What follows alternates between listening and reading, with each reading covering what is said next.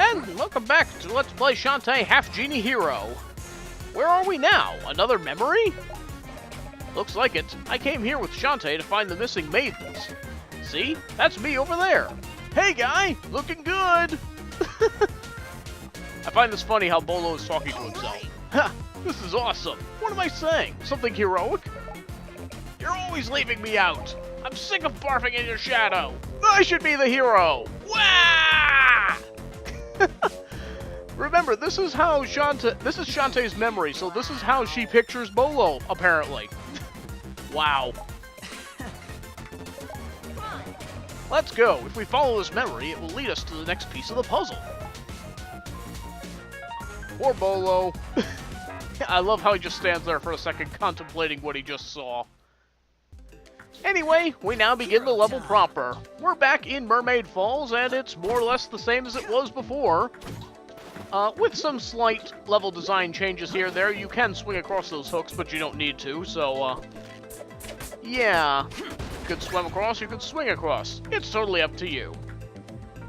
I feel this is also a pretty good time to mention that the music in this game is a bit different than how it was, when we originally played through this level. The track we're listening to right now was not originally played in this part of Mermaid Falls, or in any part of the game, in fact.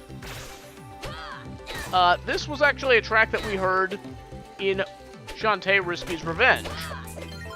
Specifically, we heard this when we were playing through the Tangled Forest, which I think is a really neat touch. That is actually one of the features about the Friends to the End DLC, is that throughout your adventure, you will hear tracks from throughout Shantae's history. Thing is, most of the tracks that we're going to be hearing are going to be from Shantae and the Pirate's Curse.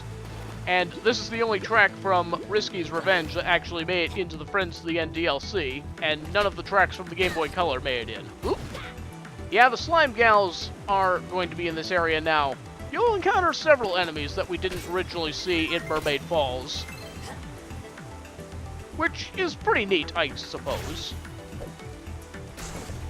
But, yeah, we're going to hear a lot of music during the Friends to the End DLC that was not originally played on these levels. Although some parts will still have the original music. So, if you do like those tracks, you'll still get to hear them here as well. But I do think that was pretty neat at any rate. Dodging these mermaid bubbles can be a little difficult considering most of your attacks have to be close range. Anyway, head on up here. And we've got another dark magic barrier that we need to get past. This section is pretty good. It pretty much requires all three friends in order to make it all the way across, but make it all the way, and there's a squid head, another blue squid waiting for you. Now careful when you come down here, there's an archer waiting to shoot you in the back. And let's move on. Bolo helps us swing across here. I do like all the little changes that they make during these levels to keep everything feeling fresh. Now, since I didn't give Roddy very many gems in the previous level, I need to give her a little more attention now that Bolo and Sky are maxed out here.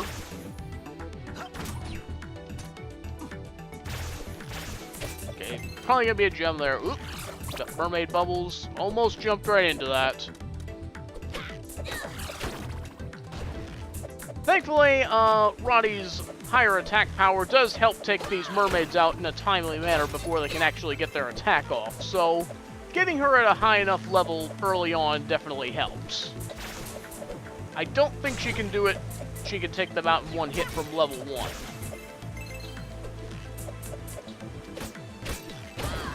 Those archers, however, are crazy durable. Okay, now we need Bolo to swing across from here, and this is going to be kind of a difficult jump to make. We need to get between this platform, and now we need to jump down to this hook. And there's where the other squid is.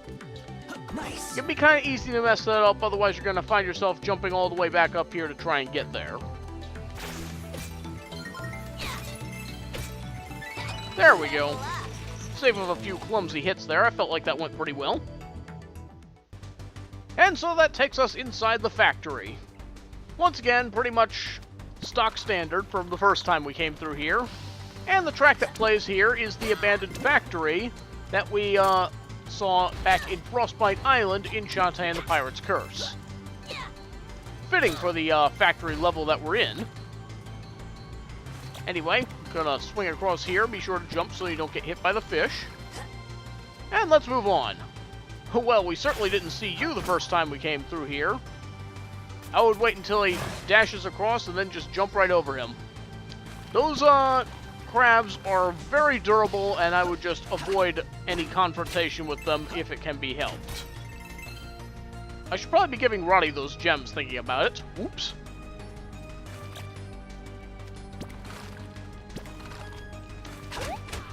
Sadly, we're not going to be getting any gator steaks this time around, because there are no food items for the friends to collect when you play through Friends to the End.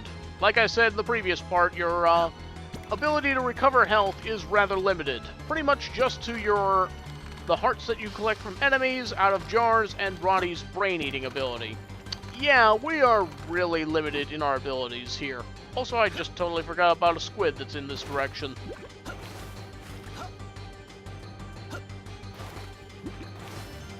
Yeah, right over here where we saw Grandma Blobfish. You know, same as before. Going to need to get a bird over here and then throw Roddy's head across. You're going to see a lot of Sky and Roddy Top teamwork during this playthrough. They tend to be a good combination with each other, whereas Bolo's swinging tends to be better suited to himself. Anyway, going back across. Thankfully, the platforming here isn't too terribly difficult. I say that as I just completely whiffed that jump. Appropriate. Right, as I was saying, this part's not too terribly difficult. Just pay attention to where the hooks are and jump to them when you see them, and you should be pretty good. But other than that, we're basically just making our way back up, this time with some new moves in hand. Despite the lower health, we're actually a little better equipped to handle this level than we were when we originally came here with Shantae, because Shantae had little more than just her run, jump, and hair whip attack by the time she gets to this level, as well as any items that you were able to afford by the time you get to this point in the game, which probably isn't very much. Between all of Shantae's friends, you have a wide variety of moves at your disposal. There we go. Originally, we needed to use monkey form to climb up here.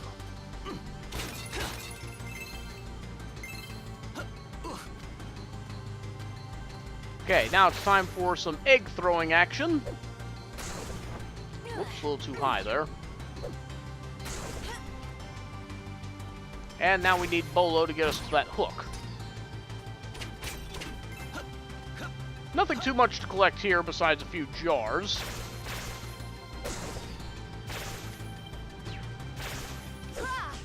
Oy, sometimes throwing these eggs can be quite a pain.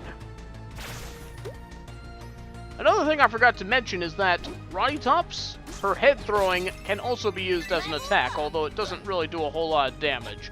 But with that, we now have everyone maxed out. As long as we can avoid damage, everyone will stay that way.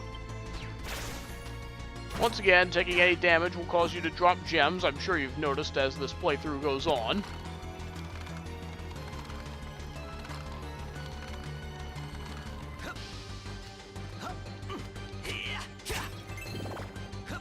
A lot of back and forth with these hooks. Certainly is a visually interesting level, I must say.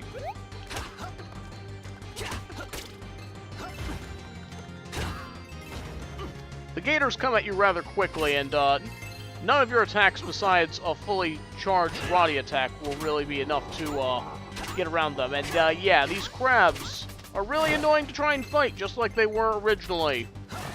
With the way they just suddenly charge at you, makes them particularly difficult to try and avoid. And I am looking pretty rough on health right now. I could really use some hearts. Thankfully, we are almost to the end of this section. If I can play a little more carefully, then that shouldn't really be too much of an issue anymore. We'll use Roddy to get up here. There we go. Also, I love how we can still see Bolo with the fish on his head, even though Bolo's right here. Just needed to point that out. A little too high.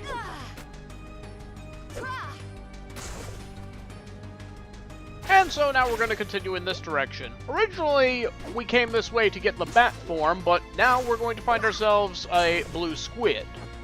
It's usually a good idea to check areas like this when playing one of the DLC levels, because there's a good chance you're going to find a blue squid over here, or some other type of collectible important to the end of the game. But now we're going to need Roddy on top to get past some more of these magical barriers. Basically, it's just more of the same things. You see some big gaps, you throw an egg. You see some magic barriers, you throw Roddy's head past it. And when you see a hook, you switch to Bolo. There we go. Okay, now we can take the hooks across.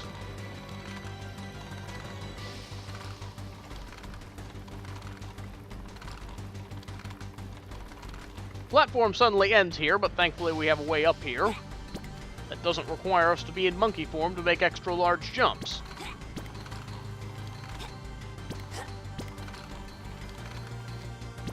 Okay, now switch over to Sky, and the last... wrong button. And the last squid's gonna be right over there. There we go. Now we'll just throw our way back over here. Okay, since my health is kind of low, we need to be really careful going into this next room because, yeah, we got a couple of gators that would love to get into a fight with us. That was a pretty good strategy there.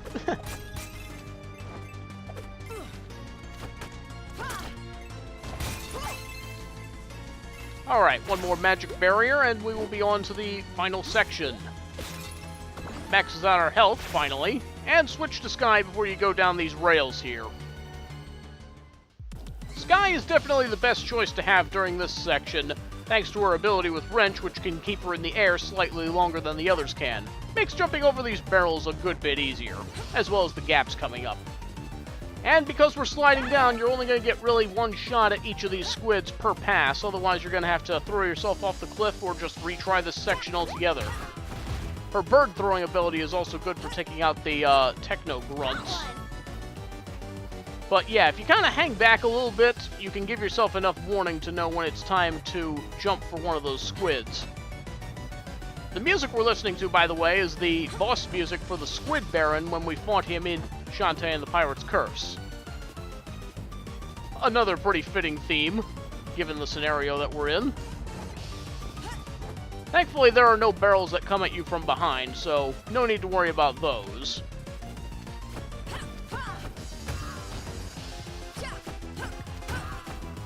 No shortage of techno grunts, though, so do watch out for them.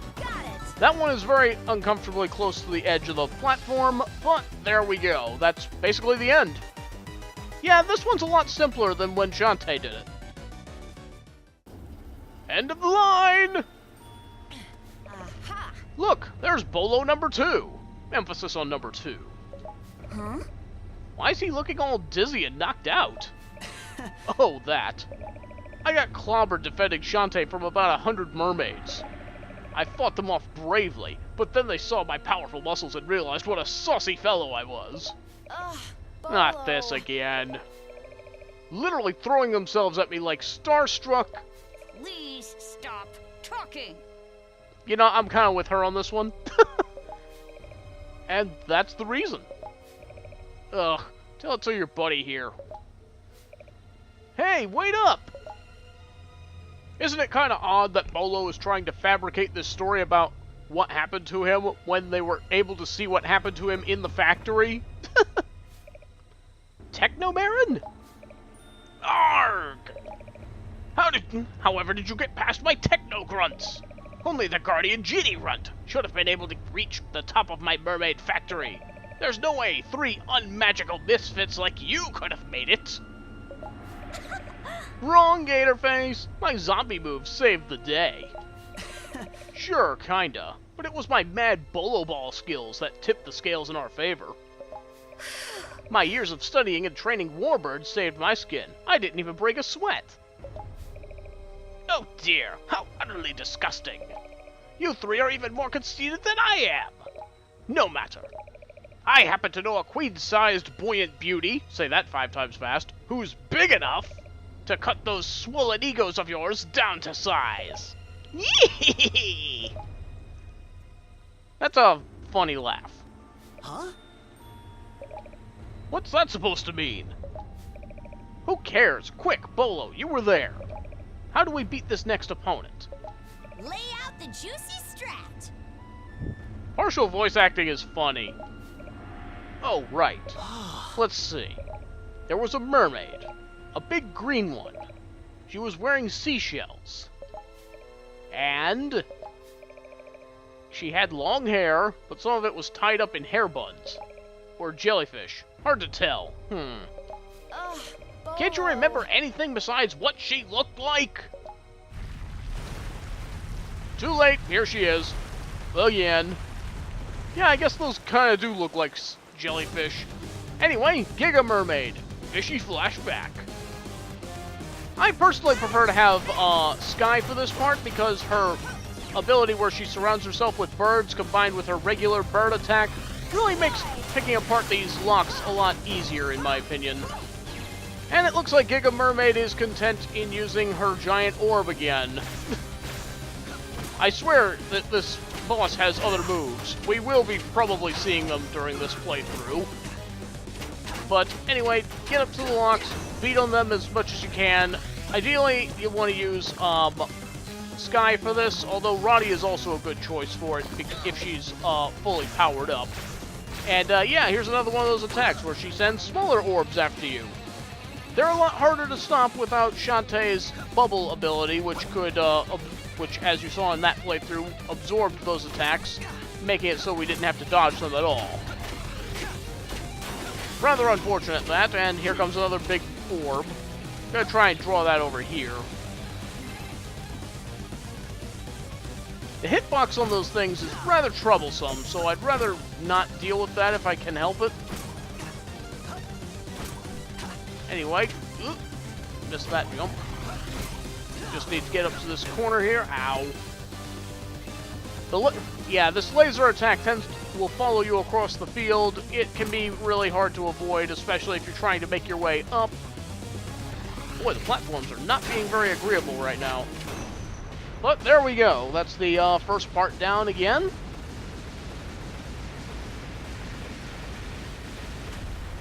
And then she'll break out of the chains again.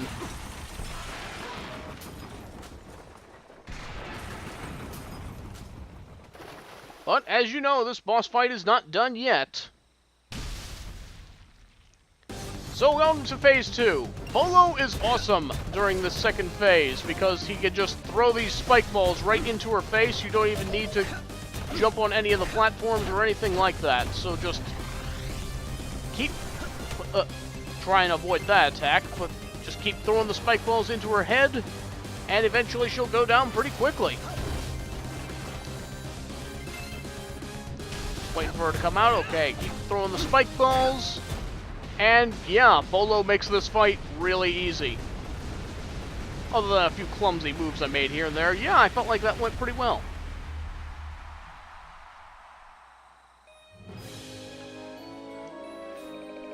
So, you managed to conquer another memory, did you? Ha! You're no closer to saving your friend than you were before! So that's it? Just gonna let him walk off? Okay. What a creep! Phew. Yeah, but Techno Baron kinda had a point, didn't he? Maybe it's time we set aside our differences and tried working as a team. You know, teamwork might actually work here! My teamwork is fine. Yours stinks. Yours stinks. Mine is great.